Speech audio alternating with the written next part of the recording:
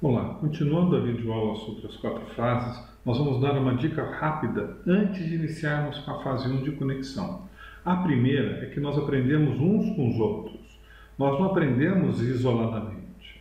Um outro aspecto importante é que para aprender envolve riscos, e nós temos vários perfis. Nós temos aquele perfil de aluno que aceita mais riscos e temos aquele perfil de aluno que evita tocar no outro, se expor. Estes perfis devem ser trabalhados, o ambiente deve ser trabalhado para que ele se torne mais seguro e útil aos dois, aquele que se expõe mais e os que se expõem menos. É necessário identificarmos cada um, de formas a adequarmos à atividade que cada um é capaz de realizar. Por fim, o aprendizado é sobre você fazer conexões, estimular conexões. Com isso é necessário o engajamento e a participação e o diálogo aberto entre todos os alunos. Nesse sentido, bons professores estimulam a participação, ajudam os aprendizes a gerenciar o risco e usam várias oportunidades para realizar conexões com eles durante as aulas. Último lembrete: aula não é palestra. Então vamos iniciar com a fase 1 de conexão. Essa fase também é chamada como relembrar o que sabemos. Eu conecto os alunos ao conteúdo, aos processos, quer dizer, como eles vão aprender, e a eles mesmos. De que forma? Eu pergunto para eles o que eles já sabem sobre este tema, em poucas palavras, estimulando a conexão, estimulando eles trazerem a lembrança, o efeito memória, já vou aquecendo eles a todo o processo que vai ser realizado daqui para frente. Então, essa fase envolve conectar o aprendizado, fornecer uma visão geral do que vai ser feito, como vai ser feito e, essencialmente, descrever os benefícios.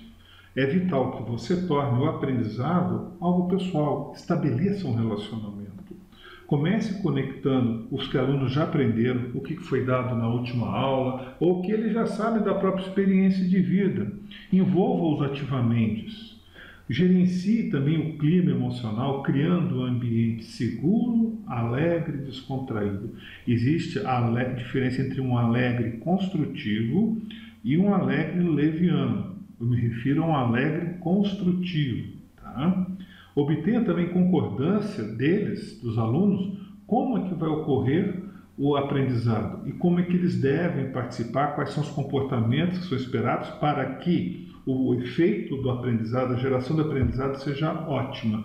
Vamos lembrar que existem 2 tipos de aula ou de participação de aula, ou seja o que for. Nós podemos ter uma aula em que nós aprendemos de forma boa, alegre, e uma aula em que o clima é mais pesado, mais difícil, em que só um ou dois falam. A opção entre um e outro define o comportamento dos alunos e define o comportamento dos professores. Dê a opção de que eles tenham uma aula alegre, participativa, em que todos aprendem um com o outro. Eu vou entrar na explicação agora de algo muito importante. Criar um ambiente certo. O comportamento das pessoas, ele é produto do ambiente gerado, não só do clima, mas do espaço físico, da forma como os métodos e a organização da aula está sendo feita. Então eu vou citar alguns aspectos referentes ao ambiente certo. Primeiro, deve haver regras claras, que tenham sido negociadas com os alunos, e o foco de todos pode ser ajudar o outro a aprender. Os alunos também devem ter a oportunidade de apresentar a sua expectativa para o professor e sobre o professor. Consistentemente, devem existir altas expectativas quanto à capacidade dos alunos. Lembre-se do efeito Pigmalião. A pessoa acaba se transformando nas suas próprias expectativas. Se você tem uma alta expectativa com relação ao aluno a tendência é que ele se esforce em atingir, superando as suas limitações, as suas barreiras, através do esforço próprio. Erros durante o aprendizado são tolerados e até encorajados. Nós aprendemos de 2 formas, uma acertando e outra errando. Por favor, alguém pode me dizer que eu estou errando ou acertando? Isso vai me ajudar muito. As visões de cada uma são ouvidas e valorizadas. Essa é uma regra de ouro. Não há humilhação e ofensas, há respeito à diversidade. Elogios são dados com alta frequência para os indivíduos e para os grupos. Se tem algo que o professor, enquanto líder, deve fazer, é valorizar intensamente o trabalho e as proposições realizadas pelos alunos. Por fim, mas não menos importante, o professor não é visto com a obrigação de ter a resposta certa. Ela pode ser construída com a colaboração dos alunos também. Vamos continuar, vamos falar sobre o foco no aprendizado agora. É importante compartilhar a linguagem de forma adequada. Comunicação é o que nós fazemos para dar e receber entendimento. Por isso é importante nós tomarmos cuidado com as palavras, os temas, os neologismos e expressões idiomáticas, procurando deixar a linguagem o mais simples e clara possível. Devemos compartilhar também o processo de aprendizado. Como é que todos vão participar, qual é o comportamento esperado, como é que vai ser realizado as dinâmicas e os processos. Antes deles iniciarem a participação, ajuda muito ter a visão da estrada, do planejamento realizado pelo professor. Dar feedback construtivo. Procure sempre ajustar 2 ou 3 aspectos positivos para somente uma, mas somente uma oportunidade de melhoria do aluno. Evite falar de muitos defeitos ou ser crítico negativamente. Eu vou dizer, crítica é sempre negativo, então quanto menos, melhor. Mostre também preocupação para a melhoria, o esforço, o quanto que a pessoa está crescendo, como é que está a participação. O foco na melhoria é muito mais importante, tá certo? Então construa um desafio que seja elevado dentro da capacidade do aluno, de que ele possa ser alcançado com baixa ansiedade. Vamos falar agora de você permanecer positivo e intencional. Isso requer energia. Então compartilhe e explore altas expectativas. Modele os comportamentos em você, para que os alunos possam repeti-los. Você ser realmente o modelo, o exemplo de liderança, como um líder. Distribua o seu interesse igualmente entre os diversos lados da sala, entre as diversas pessoas. Fique atento, não esqueça de conversar com um ou outro aluno. Acredite que o esforço leva ao sucesso. As pessoas aprendem fazendo.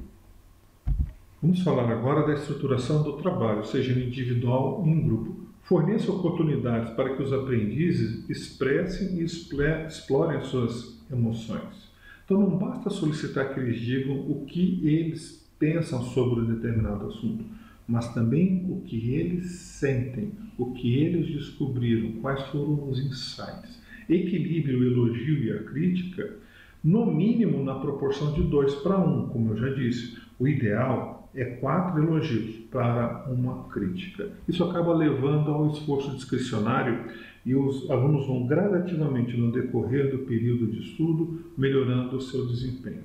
Crie um ambiente em que os aprendizes se sentem seguros a assumir riscos. Não esqueçam, isso é muito importante. Agora eu vou falar sobre o espaço físico. Isso é sempre um desafio. Turmas grandes, 40 pessoas, 30 pessoas, 70 pessoas, 100 pessoas. Existem técnicas especiais. E quanto mais gente, maior tempo demora para a participação nas atividades. Então é necessário ser usadas algumas estratégias. O ideal é que você tenha um espaço físico limitado a 20 pessoas, no máximo 25, e ainda com espaços para as atividades. Não sendo possível, é necessário um planejamento em paralelo. Então, trabalhe para superar as limitações da questão de espaço físico, de calor, de luz, de ventilador dentro da sua sala para tornar o ambiente o mais confortável possível. Use cartazes para reforçar o aprendizado, utilizando frases que tenham relação com a lição, frases de efeito, frases que ajudam a realizar o efeito memória ou ativação quando eles chegam na sala de aula. Inclua interrupções físicas estruturadas, para uma pequena pausa, para uma pequena reflexão. Isso ajuda bastante a reduzir o nível de ansiedade e o desgaste dos alunos. Use o movimento também para reforçar o aprendizado, o deslocamento, o ajudar a arrumar a sala, reorganizá-la, a vir a fazer as apresentações, o grupo. A dinâmica ajuda muito. Se nós pudermos, então, definir alguns comportamentos chaves do professor, é esse 1, 2, 3, 4. Primeiro, explore o que os alunos aprenderam na sala de aula ou na aula anterior. Pergunte diretamente, estimule. Não faça perguntas genéricas à sala, mas pergunte ao aluno A, ao aluno B, ao aluno C, chamando pelo nome.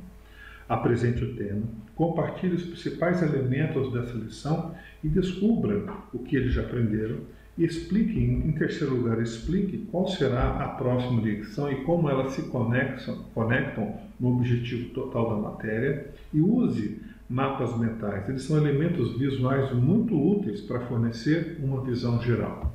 Vou dar um exemplo, que o tema da aula seja disciplina. Então, aonde que nós precisamos? O que justifica o aprendizado dessa matéria? Bem, nós precisamos na casa, porque imagina uma casa sem ordem. A disciplina ajuda muito. Existe a necessidade de mantermos arrumado o quarto, nós mantemos arrumados a cozinha. Se nós não tivermos disciplina, a tendência é que o ambiente vai se desorganizando, afetando como nós nos sentimos, mas também afetando o que nós fazemos e como nos relacionamos dentro da nossa casa. No trabalho, a ordem é vital, a disciplina, você trabalhar todos os dias. Imagina se o agricultor ele planta feijão e resolve tirar 2 semanas ou 3 semanas de férias para descansar porque ou está com preguiça. Compromete todo o plantio que demora alguns meses para ele colher. Então veja só, a lei da ação e reação ela funciona em casa, no trabalho, na relação com os amigos, no centro espírita, em qualquer lugar, principalmente na mediunidade com Jesus.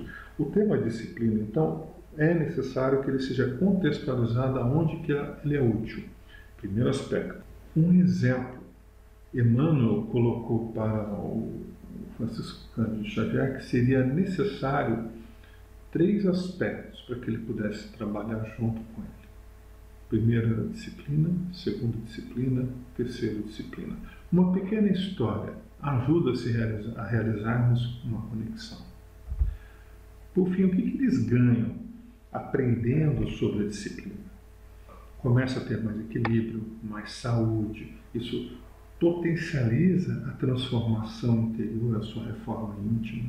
Depois de um tempo eles vão olhar para trás e eles vão sentir paz, vão dormir melhor, vão ter maior senso de controle sobre eles mesmos, sobre o que eles fazem, o que agrega, o que não agrega. O sim deles será sim e o não será não, a partir do momento que eles exercitem a disciplina. Vão ter muito menos influências negativas e, pelo contrário, vão estabelecer uma sintonia muito mais superior. Por fim, maior educação, o que seria a síntese de tudo que foi colocado até esse momento. Finalizando esta fase 1, eu peço a você que construa um mapa mental. Você pode usar o programa que eu já forneci, ou faça o desenho dele numa folha de papel, tire minha foto e faça o upload. A partir da conclusão desse exercício, você vai poder partir para a fase 2. Muito obrigado.